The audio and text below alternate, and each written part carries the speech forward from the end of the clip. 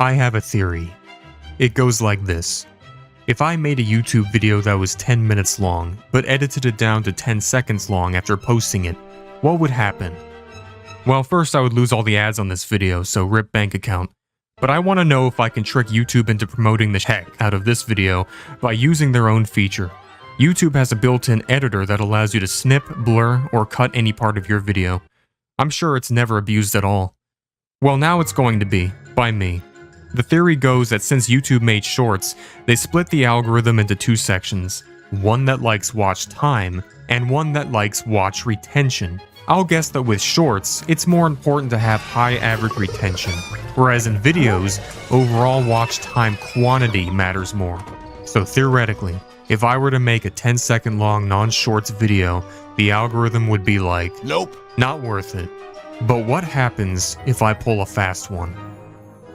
If I were to make this video 10 minutes long, have all of you watch for at least 50% of it, and then edit it down to 10 seconds, let's say this video gets 50,000 initial views, times 5 minutes, 250,000 minutes of watch time, or over 4,000 hours. The average view duration of this video will be 1,500%. YouTube must surely look at those numbers and say, holy heck, this video is bomb as heck. Let it go. But wait, there's a problem.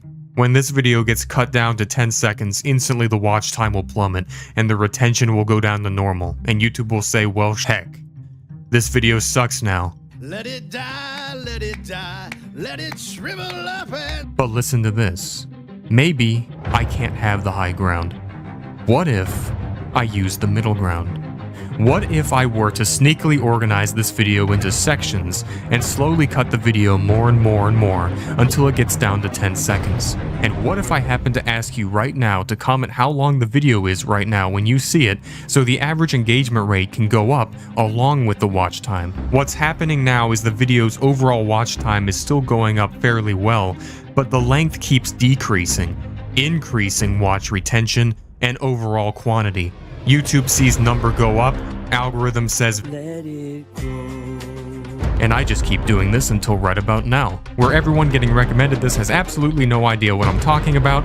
So yes, it's admittedly hard to write a script that's supposed to keep changing, but bear with me. This video's length keeps decreasing. You're probably like, wow, why are you doing that? Don't you have a life or friends? And to that, I would answer, no. I don't know how long this video is now. Past me doesn't know how much minutes this many words would take to speak, but I reckon we're about halfway there now. Consider yourselves the only people in history to ever watch this part of the video. It feels kind of special, like owning a Bitcoin before the halving, except not as pretentious. So, you better start downloading if you want to watch it ever again.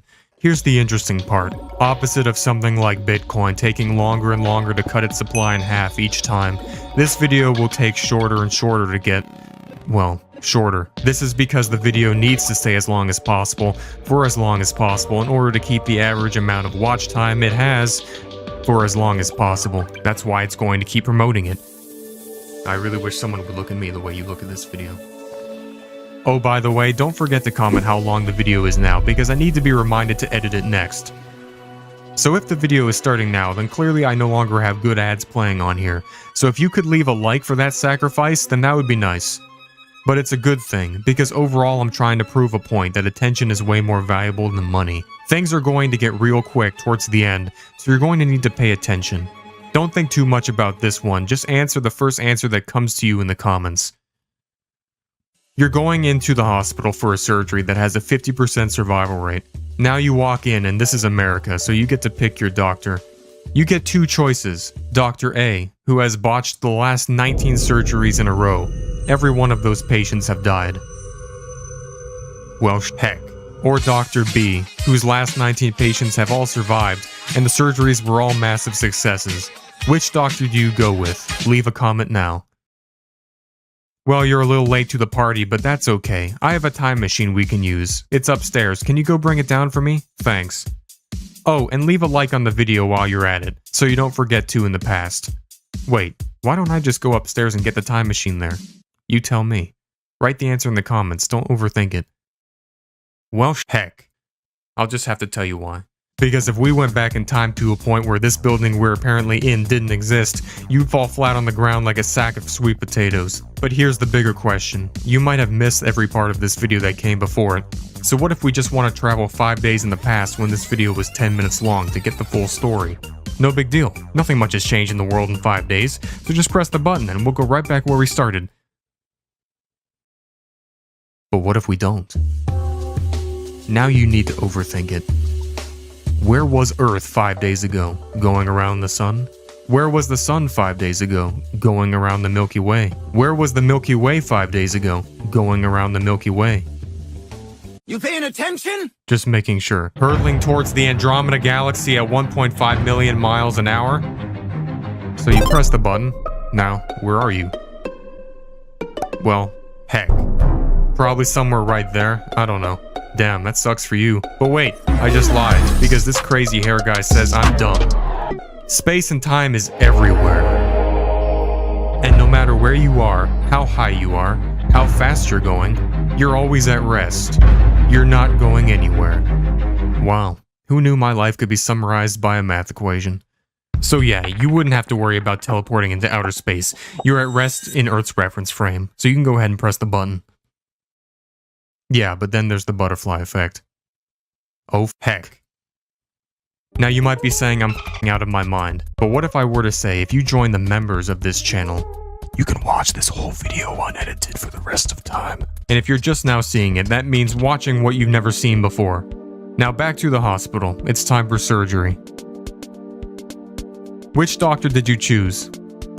Okay, there's definitely someone out there who's really confused right now. I know you're the odd one out. I'll summarize real quick. You're going to the hospital to get a life-saving surgery. Unfortunately, the surgery only has a 50% survival rate. You have two choices of doctors. Dr. A, who unfortunately killed the last 19 patients in a row, or Dr. B, whose last 19 surgeries were complete successes, and everyone made a full recovery. Which doctor do you choose? If you haven't already, leave a comment right now with your answer. Don't worry, you can edit it later to make yourself look smart. It'll just be kind of obvious that you're desperate for attention. That's literally this entire video in a nutshell. Well, if you chose Dr. B, then you are most certainly, indisputably, matter-of-factly dead. Like so much dead. But if you chose Dr. A, you're alive.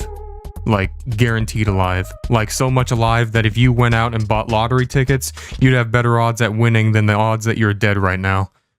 Disagree?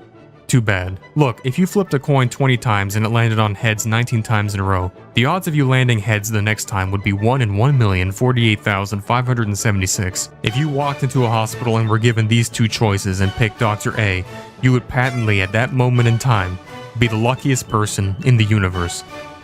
If you picked Dr. B, well, you'd be fecked. No, but no matter how many times you flip a coin, it doesn't make a difference in what happens next. It's still 50-50, I hear some of you say. Well, unfortunately, you're not just wrong. You're dead and wrong.